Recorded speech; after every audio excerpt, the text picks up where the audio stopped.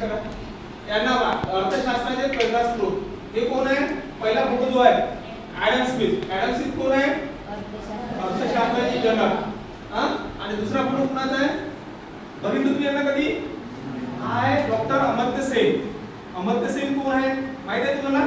की ज्यांना अर्थशास्त्राचा पहिला नोबेल पुरस्कार मिळाला. कधी? 1997 मध्ये अर्थशास्त्राचा नोबेल पुरस्कार मिळाला यांना. Next madam. त्यानंतर हा फोटो कोणाचा आहे? डॉक्टर बाबासाहेब आंबेडकर. तुम्ही म्हणाल का हा फोटो कशाला लावला यांचा? तर डॉक्टर बाबासाहेब आंबेडकर सुरुवातीच्या काळात कोण होते? ते अर्थतज्ञ होते आणि विदेशामध्ये अर्थशास्त्रात पीएचडी करणारे हे पहिले भारतीय होते. ते नंतर मग राजकीय शास्त्रात आले, त्यांनी घटना लिहिली, नंतर आले. पण विदेशामध्ये अर्थशास्त्रात पीएचडी करणारे पहिले अर्थतज्ञ होते.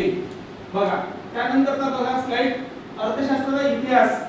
प्रत्येक गोष्टीला इतिहास असतो. अर्थशास्त्र कसं उदयास आलं? अर्थशास्त्र सुरुवातीला प्राचीन होतं. प्राचीन काळात अर्थशास्त्राचे स्वरूप हे राज्यशास्त्राला जुळून होते आणि त्यानंतर सुप्रसिद्ध राजनी कौटिल्य यांनी राज्य स्थापनेवर लिहिलेल्या ग्रंथाचे नाव त्यांनी अर्थशास्त्र ठेवले. अर्थ म्हणजे कशाचा अभ्यास करणे? पैशाचा अभ्यास करणे. अर्थ म्हणजे काय होतं? पैसा. आणि त्यानंतर आपण नंतरच्या नेक्स्ट स्लाइड मध्ये बघू की अर्थशास्त्राचे आधुनिक स्वरूप. आता बघा आपण की अर्थशास्त्राच्या शाखा ह्या वाढताना दिसून येतात आणि याच्या आधुनिक स्वरूपाचं श्रेय पूर्णपणे कुणाला?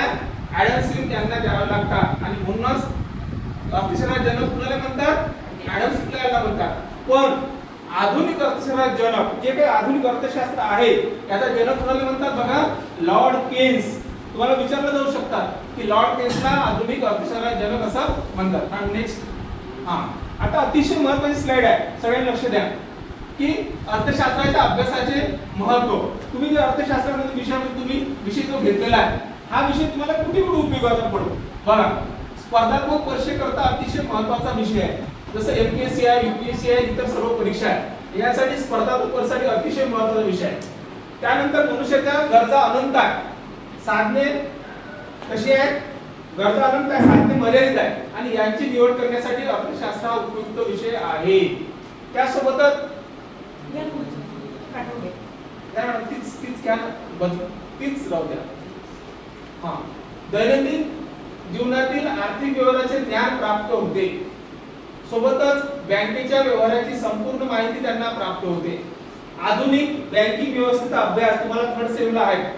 त्यानंतर मर्यादित उत्पन्नातून महत्तम समाधान प्राप्त कसे करावे हे सुद्धा अर्थशास्त्राच्या अभ्यासातून आपल्याला महत्त्व प्राप्त होते. याशिवाय अर्थशास्त्राचा अभ्यासाचा उत्पादकांना, व्यापाऱ्यांना, शेतकरी वर्गांना आणि उपभोक्त्यांना सुद्धा फायदा होत असतो.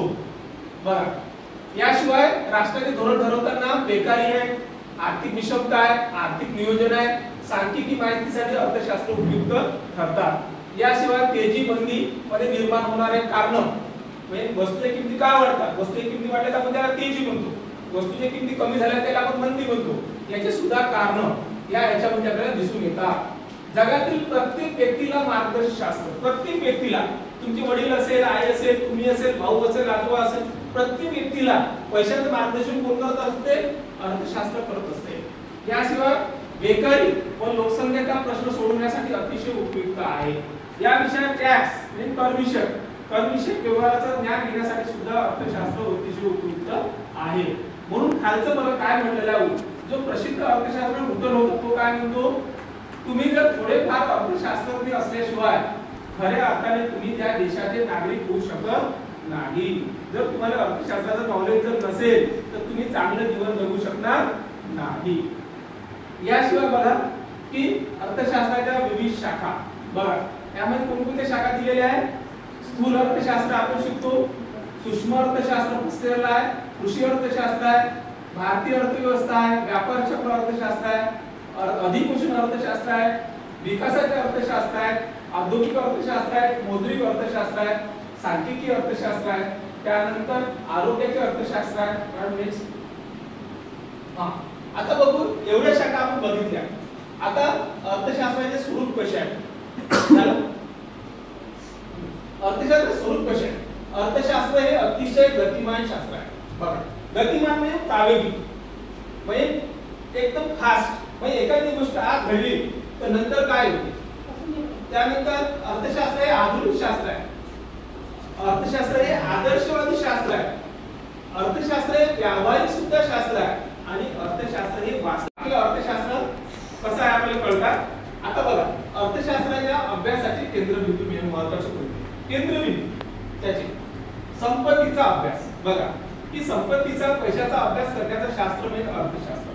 सोबतच संपत्तीचा अभ्यासच नाही करत, मानवी कल्याणाचा अभ्यास, मनुष्याचं कल्याण, मनुष्याचं वेलफेअर कसं झालं पाहिजे यासाठी मानवी कल्याणाचा अभ्यास, सोबत मानवी व्यवहाराचा अभ्यास, माणूस कसा व्यवहार करतो, पैसे कसा खर्च करतो, पैसे कसे बचत करतो याचा सुद्धा